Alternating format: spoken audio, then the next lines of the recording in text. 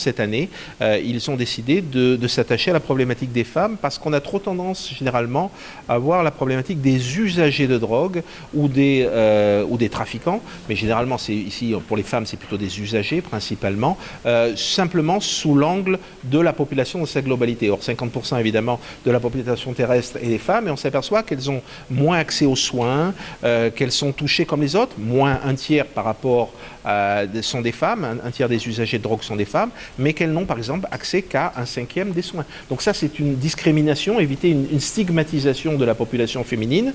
Les femmes sont généralement, je dirais, un peu plus discrètes, donc elles vont avoir moins tendance à aller demander des soins.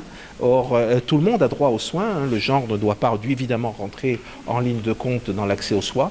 Donc il était important, et l'OICS, je suis tout à fait d'accord avec ça, a donné un focus plus particulièrement sur ça, justement pour montrer que l'égalité, ça passe aussi par ça. Au travers du maillage qu'on peut avoir de l'Afrique de l'Ouest, les femmes consomment donc du cannabis, consomment aussi du crack cocaïne, hein, de manière de plus en plus importante, de l'héroïne. Il y a beaucoup de femmes, il y a de plus en plus de femmes qui s'injectent de l'héroïne. Donc si vous voulez, les femmes font du polyusage, c'est-à-dire qu'elles utilisent malheureusement tous les types de drogues. Il n'y a pas de drogue spécifique aux femmes, si vous voulez. Donc je pense que le rapport ne fait pas ce genre de distinction. L'OICS ne prend pas de mesures en tant que tel. C'est un organe international de contrôle. C'est-à-dire c'est un organe qui interagit avec des États, qui fait des évaluations, qui vient dans des pays, qui prépare des rapports, qui discute avec les différents ministres, avec les différents services dans chaque pays, et qui ensuite fait une espèce d'état de situation de chacun des pays. Ça tourne, si vous voulez, c'est pas tous les pays ne sont pas analysés chaque année. Et ensuite, il publie chaque année, par contre, un rapport qui est un état de la situation et il explique ce qui fonctionne pas en Asie, en Océanie, en Afrique, en Amérique, en Europe, etc.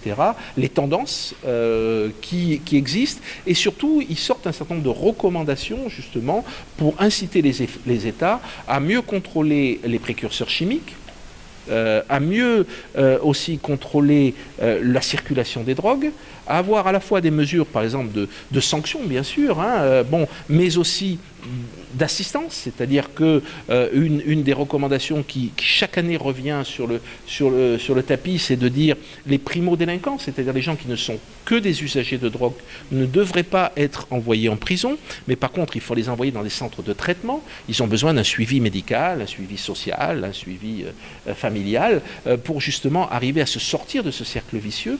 Voilà, donc il y a un certain nombre de recommandations que vous verrez dans le rapport, qui doivent servir un petit peu et qui servent de guide aux États membres en leur disant voilà ce qu'il faut faire, voilà dans quelle direction il faut avancer, voilà ce qui est dangereux, voilà ce qu'il ne faut pas faire, etc.